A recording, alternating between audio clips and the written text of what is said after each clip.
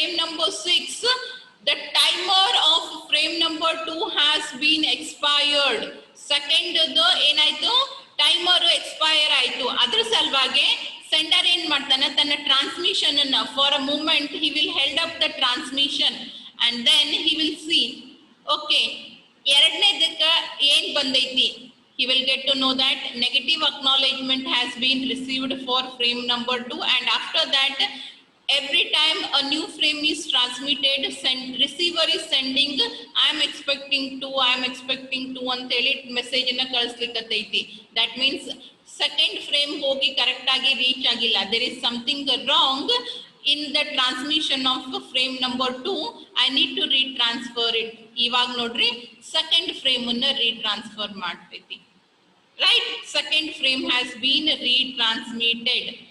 3 ಆಯ್ತು, 4 ಆಯ್ತು, 5 ಆಯ್ತು, 6 ಆಯ್ತು. after 6 second frame has been retransmitted, and after the erroneous frame or transmission error occur ಆದ್ಮೇಲೂ ಕೂಡ ಬಂದಿರುವಂತ frames frame number 3, frame number 4, 5 and 6 have not been discarded by the receiver. ಆ ಯಾವ frames ಅನ್ನು receiver discard ಮಾಡಿಲ್ಲ. ಯಾಕ? ಅವನ ಹತ್ರ ಅದನ್ನ ಸ್ಟೋರ್ ಮಾಡ್ಕೊಳ್ಳಿಕ್ಕೆ ಮೆಮರಿ ಐತಿ. the window size is given large enough so that the receiver can hold extra frames. receiver ಗೆ extra frames ಅನ್ನ ಹೋಲ್ಡ್ ಮಾಡ್ಲಿಕ್ಕೆ ಜಾಸ್ತಿ ಮೆಮರಿ ಸ್ಪೇಸ್ ಒಂದು ದೊಡ್ಡ ವಿಂಡೋನ ಪ್ರೊವೈಡ್ ಮಾಡ್ಯಾರ. ಅದ್ರ ಸಲುವಾಗಿ ಅದೇನ್ ಮಾಡ್ತು, 3ನೇ ಫ್ರೇಮು, 4ನೇ ಫ್ರೇಮು, 5, 6ನ ಸ್ಟೋರ್ ಮಾಡ್ಕೊಂಡು ಇಟ್ಕೊಂಡಿತ್ತು. And after receiving frame number 2 it is sending illada nodri. this is cumulative acknowledgement. ಏನದ ಇಲ್ಲ acknowledgement ಒಳಗ ACK 7. that means I am expecting frame with the sequence number 7. what does that indicate? I have received 2, 3, 4, 5 and 6 exactly the same way. ಮೊದಲಿಗೆ 3, 4, 5, 6 ಬಂದಿದ್ದು correct ಆಗಿ, 2 miss ಆಗಿತ್ತು. ಅದಕ್ಕೆ ಇಲ್ಲೆಲ್ಲ ಏನ್ ಕಳಿಸ್ಲಿಕ್ಕತ್ತಿದ್ದು, ACK 2 ನ ಕಳಿಸ್ಲಿಕ್ಕತ್ತಿತ್ತು. but now even 2 has been received correctly. now it is sending a cumulative acknowledgement, which is a single acknowledgement which is indicating all the previous frames have been received correctly. Accurate ಆಗಿ ಬಂದ್ ಮುಟ್ಟಾಗು ನನಗೆ next ಬೇಕಾಗಿರೋದು 7. ಆಮೇಲೆ 7th frame ಹೋಗ್ತೈತಿ, 8th ಹೋಗ್ತೈತಿ, 9th ಹೋಗ್ತೈತಿ. ಈ ರೀತಿ smooth ಆಗಿ carry out ಆಗ್ತಾವ. ಮತ್ತೆ ಇಲ್ಲಿ ಯಾವ್ದಾದ್ರು ಒಂದು ತಪ್ಪಾಯ್ತು ಅಂದ್ರೆ ನೆಗೆಟಿವ್ ಅಕ್ನಾಲೆಜ್ಮೆಂಟ್ ಹೋಗ್ತೈತಿ. In this way the selective repeat protocol is going to work. ಈ ರೀತಿಯಾಗಿ ಸೆಲೆಕ್ಟಿವ್ ರಿಪೀಟ್ ಪ್ರೋಟೋಕಾಲ್ ವರ್ಕ್ ಆಗ್ತೈತಿ. See here window size have been specified. Windows sender window ಹೆಂಗಿರ್ತೈತಿ, ಇದು ಸೆಂಡಿಂಗ್ ವಿಂಡೋ. ಸೇಮ್ ನೀವು ಇದ್ರೊಳಗೆ ಹೆಂಗ್ ಕಲ್ತಿರಲ್ಲ, ಗೋ ಬ್ಯಾಕ್ ಏನೊಳಗ same. As last up to you reach the maximum window size. ಎಲ್ಲಿವರೆಗೂ ವಿಂಡೋ ಸೈಜ್ ರೀಚ್ ಆಗಂಗಿಲ್ಲ ಅಲ್ಲಿ ತನಕ ಮ್ಯಾಲಿನ ಲೇಯರ್ ಇಂದ ಫ್ರೇಮ್ಸ್ ಅನ್ನ ತಗೊಂತೀರಿ, ಅದನ್ನ ಟ್ರಾನ್ಸ್ಫರ್ ಮಾಡ್ತೀರಿ, and it will be waiting for the acknowledgement. And once an acknowledgement is received, the window will be slided forward. Window ಮುಂದೆ ಬರ್ತೈತಿ. ಅವಾಗ ಇದು ಎಸ್ ಲಾಸ್ಟ್ ಆಗ್ತೈತಿ. ಒಂದು ವೇಕೆಂಟ್ ಪ್ಲೇಸ್ ಕ್ರಿಯೇಟ್ ಆಗಿರ್ತೈತಿ, ಮತ್ತೆ ಹೊಸ ಫ್ರೇಮ್ ಅನ್ನ ತಗೊಂತೀವಿ, ಕನ್ಸ್ಟ್ರಕ್ಟ್ ಮಾಡಿ ಇಡ್ತೀವಿ. And same for the receiver. Frames received correctly ನಾ ಎಕ್ಸ್ಪೆಕ್ಟ್ ಮಾಡ್ಲಿಕ್ಕತ್ತಿದ್ದು ವಿಂಡೋ ಸೈಜ್ ಫುಲ್ ಆಗೋವರೆಗೂ. ವಿಂಡೋ ಸೈಜ್ ಫುಲ್ ಆಗೋ ತನಕ ಕರೆಕ್ಟ್ ಆಗಿ ಬಂದಿದ್ದು ಫ್ರೇಮ್ಸ್ ಅನ್ನ ರಿಸೀವ್ ಮಾಡ್ಕೊಂತೈತಿ. ಕರೆಕ್ಟ್ ಆಗಿ ಬಂದಿರ್ಲಾರ್ದಕ್ಕ ನೆಗೆಟಿವ್ ಅಕ್ನಾಲೆಜ್ಮೆಂಟ್ ಅನ್ನ ಹಾಕಿ ಅದನ್ನ ಒಂದನ್ನೇ ಡಿಸ್ಕಾರ್ಡ್ ಮಾಡ್ತೈತಿ. ಕರೆಕ್ಟ್ ಬಂದಿದ್ದು ಉಳಿದಿದ್ದು ಫ್ರೇಮ್ಸ್ ಅನ್ನ ಅದು ಸ್ಟೋರ್ ಮಾಡ್ಕೊಂತ ಇಡ್ತೈತಿ. ಎಲ್ಲಿವರೆಗೂ ರಿಸೀವರ್ ನೋಡ್ರಿ, ಇಲ್ಲಿವರೆಗೂ ನೀವು ಎಲ್ಲೂ WR ನೋಡಿರ್ಲಿಲ್ಲ, ಬರೀ WS ನೋಡಿದ್ವಿ. It is window at the sender side, window at the receiver side. R indicates receiver side. So window full ಆಗೋವರೆಗೂ ಕೂಡ ಫ್ರೇಮ್ಸ್ ಅನ್ನ ನಾವೇನ್ ಮಾಡ್ಕೊಂತೀವಿ, ಸ್ಟೋರ್ ಮಾಡ್ಕೊಂಡು ಇಟ್ಕೊಂತೇವೆ.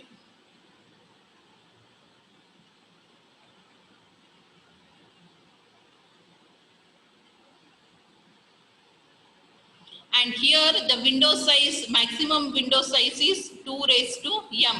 And again m stands for the same thing. Sequence number ಗೆ ಎಷ್ಟು bits ಕೊಟ್ಟಾರ header ಒಳಗ ಆ ಬೇಸಿಸ್ ಮೇಲೆ ಡಿಸೈಡ್ ಮಾಡ್ಕೊಂತೀವಿ. ನಾವು ಇದನ್ನ ಸೀಕ್ವೆನ್ಸ್ ನಂಬರ್ ಹೆಡರ್ ಒಳಗ 3 ಕೊಟ್ಟಿದ್ರು ಅಂದ್ರೆ it will B 2 raised to 3. that means it is 8. maximum window size will be 8. it can hold 8 frames. ಎರಡೇ ಬಿಟ್ಸ್ ಕೊಟ್ಟಿದ್ರು ಸೀಕ್ವೆನ್ಸ್ ನಂಬರ್ ಗೆ ಅಂತಂದ್ರೆ 2 raised to 2, that is 4. in this way you are going to we are going to decide the size of the window depending upon how many bits have been allocated for sequence number in the header. And now we'll see its protocol.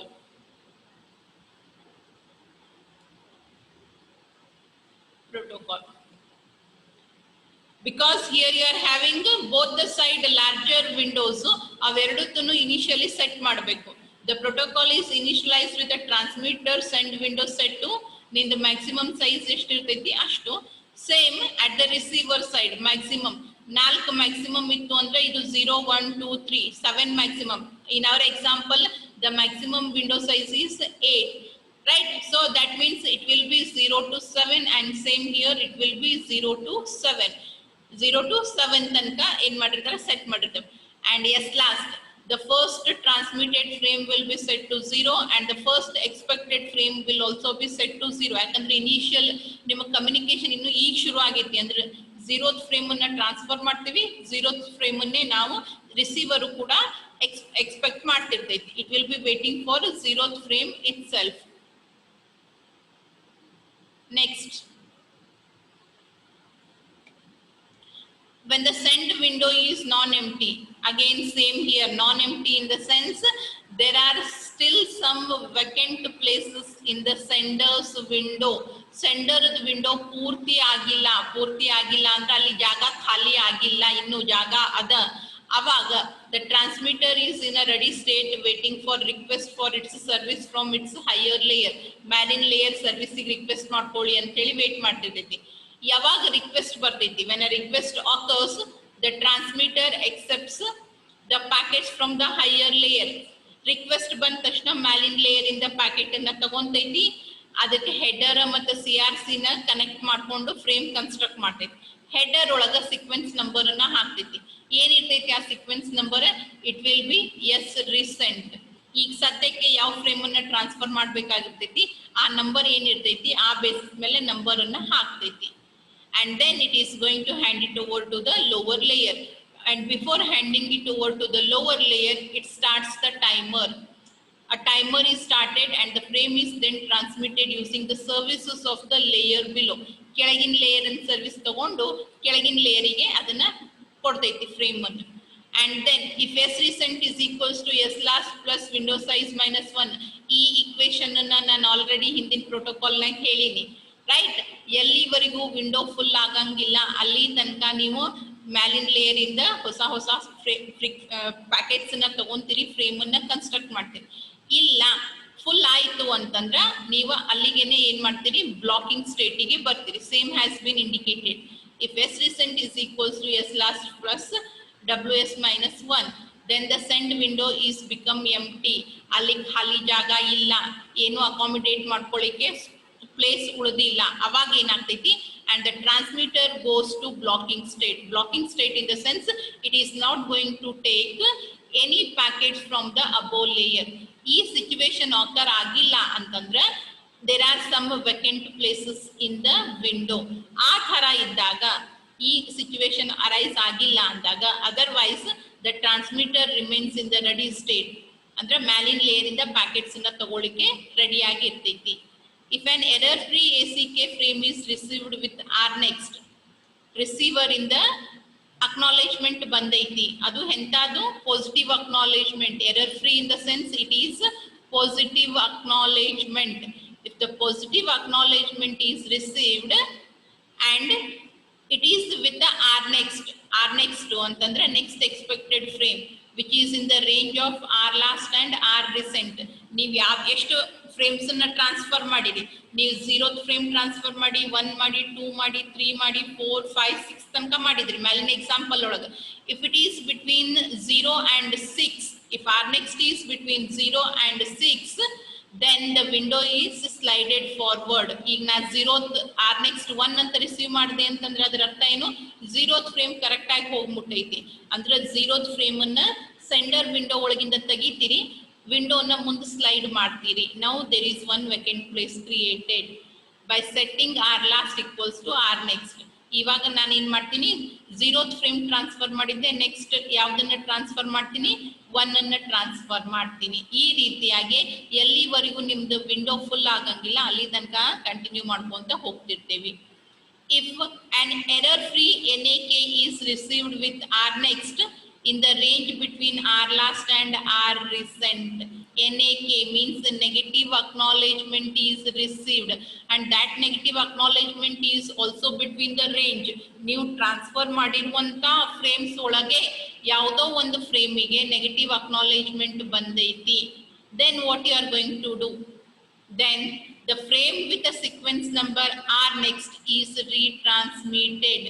ಇದು ಯಾವುದಕ್ಕೆ ಬಂದೈತಿ negative acknowledgement, ಯಾವುದಕ್ಕೆ ಬಂದಿರ್ತೈತಿ ಅದನ್ನ ರೀಟ್ರಾನ್ಸ್ಫರ್ ಮಾಡ್ತೀರಿ. and if appropriate the send window slides forward by setting rlast equals to rnext. ಈಗ ಮತ್ತೆ ಏನಾಗ್ತೈತಿ, frame ಅನ್ನ ಮುಂದೆ ಸ್ಲೈಡ್ ಮಾಡ್ಕೊಂಡು ಹೋಗ್ತೇವಿ. One more condition, if an error-free ACK frame is received with rnext outside the range, ನೀವೇನ್ transfer ಮಾಡಿರಿ ಆ frames ಅನ್ನ ಬಿಟ್ಟು ಬೇರೆ ಯಾವುದೋ ಫ್ರೇಮ್ ರ್ಯಾಂಡಮ್ ಫ್ರೇಮ್ ನಂಬರ್ ದಿಂದ rnext ಬಂತು ಅಂತಂದ್ರ ಅದನ್ನ ಏನು ಮಾಡಂಗಿಲ್ಲ. You are just going to discard it. You are going to discard that particular acknowledgement. ನಿಮ್ದು ನಾರ್ಮಲ್ ಏನು ಟ್ರಾನ್ಸ್ಮಿಷನ್ ಇತ್ತು ಅದೇ ರೀತಿಯಾಗಿ ಟ್ರಾನ್ಸ್ಮಿಷನ್ ಅನ್ನ ಕ್ಯಾರಿ ಔಟ್ ಮಾಡ್ಕೊಂಡು ಹೋಗ್ತೀರಿ.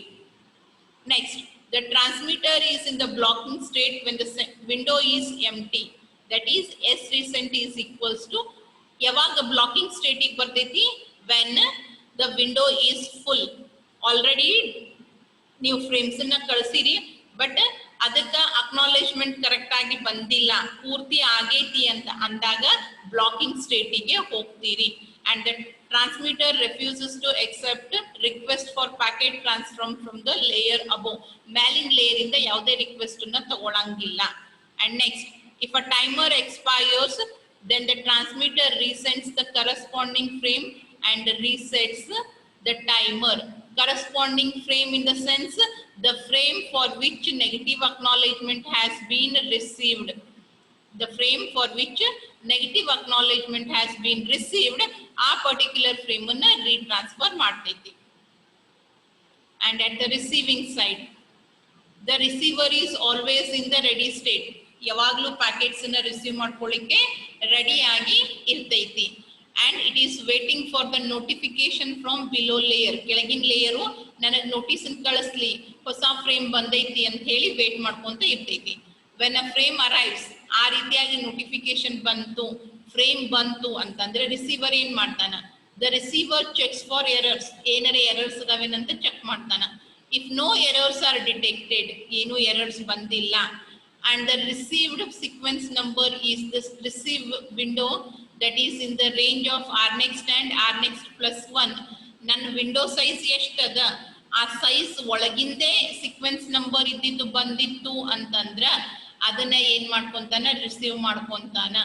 ಇರ್ಲಿಲ್ಲ ಅಂತಂದ್ರ then what he is going to do, he is going to discard it. if it is between the range of rnext plus 1 up to rnext k plus 1, ನಿಂದು maximum sequence number ಏನದಲ್ಲ ಅದ್ರ ತನಕ ಇತ್ತು ಅಂತಂದ್ರ have already been received, then the received sequence number is incremented.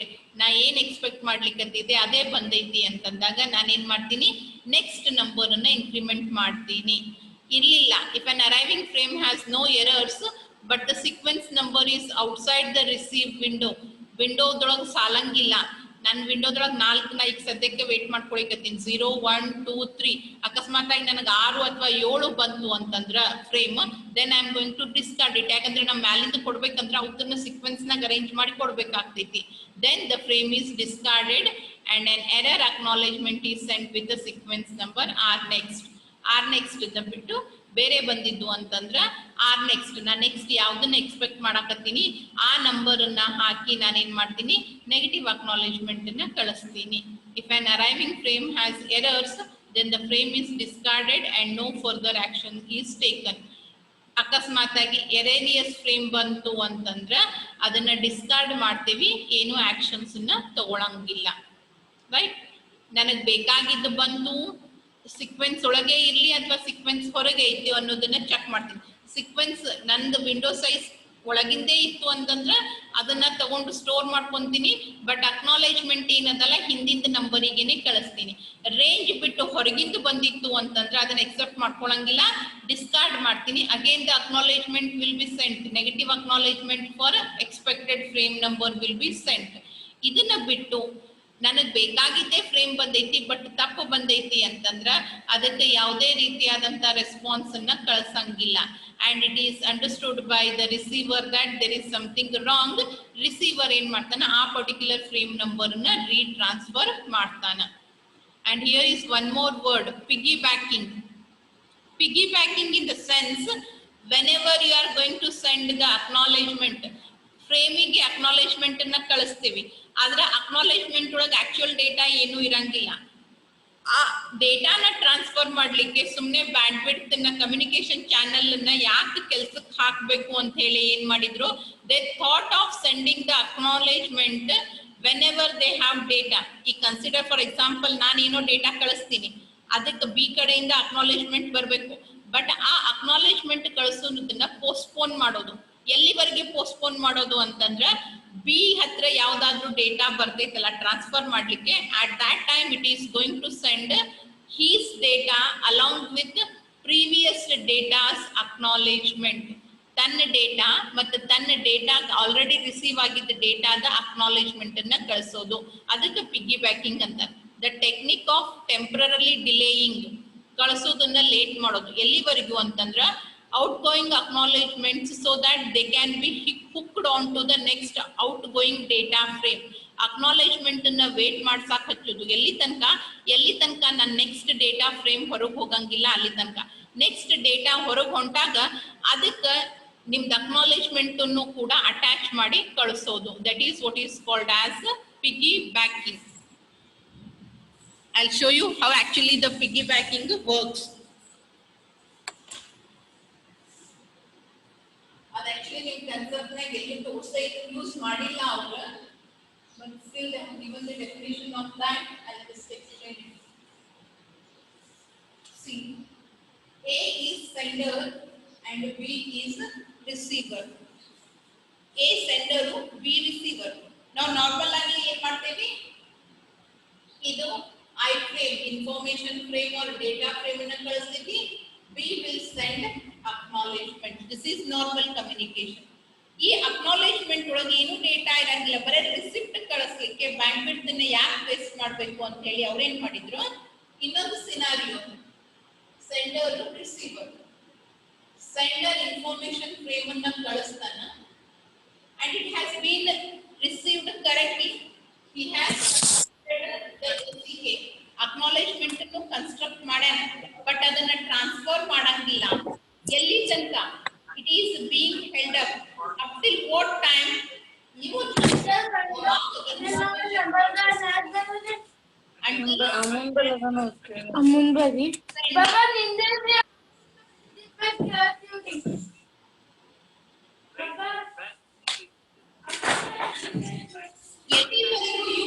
Information frame ready ಆಗಂಗಿಲ್ಲ, data frame ready ಆಗಂಗಿಲ್ಲ, ಅಲ್ಲಿ ತನಕ ಅಕ್ನಾಲೇಜ್ಮೆಂಟ್ ಅನ್ನ ಕಳ್ಸಂಗಿಲ್ಲ. And once he has some data to transfer, ಇವನ್ ಹತ್ರ ಏನಾರೆ ಡೇಟಾ ಇತ್ತು ಟ್ರಾನ್ಸ್ಫರ್ ಮಾಡ್ಲಿಕ್ಕೆ ಅಂತಂದಾಗ ಅವಾಗ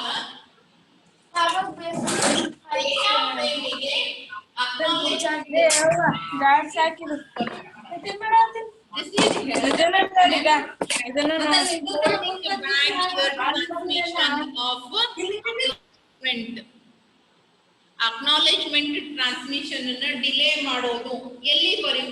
ಎಲ್ಲಿವರೆಗೂ ರಿಸೀವರ್ ಹತ್ರ ಡೇಟಾ ರೆಡಿ ಆಗಂಗಿಲ್ಲ ಟ್ರಾನ್ಸ್ಫರ್ ಮಾಡ್ಲಿಕ್ಕೆ, ಅಲ್ಲಿ ತನಕ ಡಿಲೇ ಮಾಡೋದು. And once he has some data to transfer, ಅವನ ಇನ್ಫಾರ್ಮೇಶನ್ ಫ್ರೇಮಿಗೆ ಈ ಅಕ್ನಾಲೇಜ್ಮೆಂಟ್ ಅನ್ನ ಹುಕ್ ಮಾಡೋದು. ಗಾಡಿ ಕೆಟ್ಟಿರ್ತಾವ ನೋಡ್ರಿ, ಚಲೋ ಗಾಡಿಗೆ ಅದನ್ನ ಅಟ್ಯಾಚ್ ಮಾಡ್ಕೊಂಡು ಹೋಗ್ತಾರಲ್ಲ, ಹಂಗ ಇನ್ಫಾರ್ಮೇಶನ್ ಫ್ರೇಮಿಗೆ ಅಕ್ನಾಲೇಜ್ಮೆಂಟ್ ಅನ್ನ ಹುಕ್ ಮಾಡ್ಕೊಂಡು ಟ್ರಾನ್ಸ್ಫರ್ ಮಾಡ್ತೀವಿ.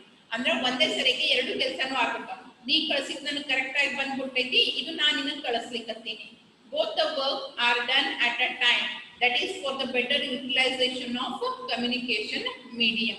Better utilization of communication medium ಸಲುವಾಗಿ ಪಿಗ್ಗಿಬ್ಯಾಕಿಂಗ್ ಅನ್ನ ಇಂಪ್ಲಿಮೆಂಟ್ ಮಾಡಿದ್ರು. ಬಟ್ ಅದು ಕೂಡ it is not working well. ಅದ್ರೊಳಗೆ ಕೆಲವೊಂದಿಷ್ಟು ಪ್ರಾಬ್ಲಮ್ಸ್ ಅದು. ಏನ್ problems?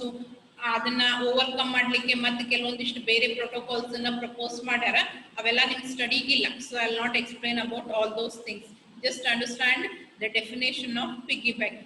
Piggybacking, cumulative acknowledgement, negative acknowledgement, positive acknowledgement, and pipelining. You need to know all these definitions. ಎದಕ್ಕೆ ಯಾವಾಗ ಯೂಸ್ ಮಾಡ್ತಾರ ಅಂತ ಹೇಳಿ. Okay. I hope everything is clear. ಮೂರು ಅಂಡರ್ಸ್ಟ್ಯಾಂಡ್ ಆಗ್ಯಾವು ಅನ್ಕೋತೀನಿ.